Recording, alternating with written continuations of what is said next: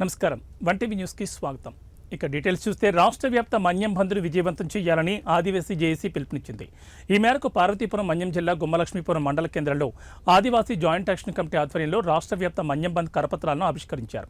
ఈ సందర్భంగా APA JAC సభ్యులు మాట్లాడుతూ స్పీకర్ అయ్యన్న పాత్రుడు చేసిన చట్టంపై ఆదివాసీలు వ్యతిరేక గళాన్ని వినిపిస్తున్నారు.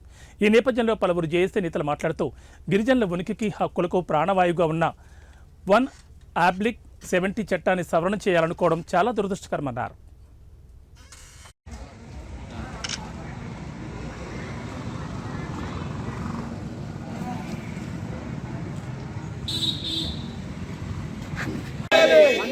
విజయవంతం చేయాలి.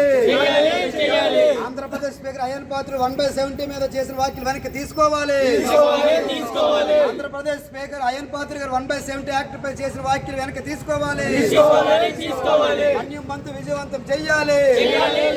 కాలంలో విశాఖపట్నంలో జరిగినటువంటి ఒక మీటింగ్లో ఆంధ్రప్రదేశ్ శాసనసభ స్పీకర్ చింతకాయల అయ్యన్న పాత్రుడు గారు ఆదివాసీ ప్రాంతంలో ఉన్నటువంటి 1/70 చట్టం కోసము తనిచిత వ్యాఖ్యలు చేయడం జరిగింది.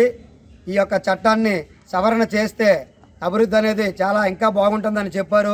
కానీ ఆదివాసులకి గుండెకాయ లాంటి 1/70 యాక్ట్ పట్ల ఇలా మాట్లాడడము ఆదివాసుల మనోభావాలు దెబ్బతీయడమే కాకుండా మా యొక్క హక్కుల్ని కాలరాసే విధంగా ఉందని చెప్పి వెంటనే ఈ యొక్క వ్యాఖ్యలను వెనక్కి తీసుకోవాలని చెప్పి రాష్ట్ర వ్యాప్తంగా ఆదివాసీ జాయింట్ యాక్షన్ కమిటీ తరపు నుండి ఈ నెల 12వ తారీఖున బుధవారం మన్యం బంద్ని పిలుపునివ్వడం జరిగింది. ఈ యొక్క బంద్కి అన్ని రాజకీయ పార్టీలు, ప్రజా సంఘాలు, విద్యార్థి సంఘాలు, ఆదివాసీ ఉద్యోగ ఉపాధ్యాయ సంఘాలు అందరూ కూడా మద్దతు ఇవ్వడం జరుగుతుంది.